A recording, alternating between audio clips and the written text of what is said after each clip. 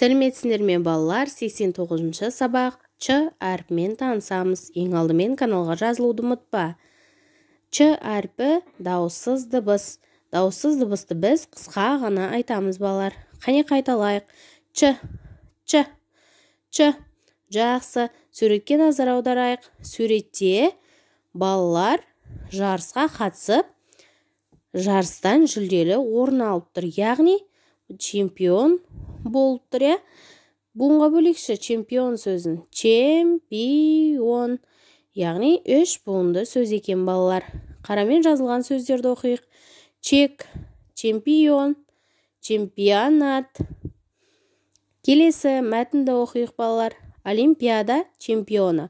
Сиднейде олимпиада өтті. Оған спортшылар қатысты. Олимпиадада боксшы Бекзат Саттарханов жеңіске жетті. Қазақстандық боксшы олимпиада чемпионы атанды дейді. Бұл жерде чемпион деген сөзде Ч әрпі кездесіп тұр екен, балалар. Жақсы, келесі суреттерге назар аударайық.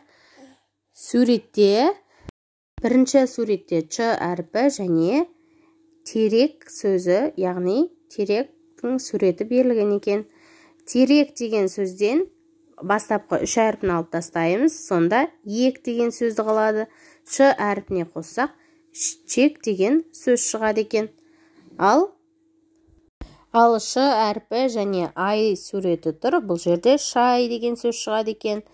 Біздің сызба нұсқамызға қай сөз сәйкес келеді? Чек деген сөз сәйкес келеді екен. Чек сөзін онда жазамыз.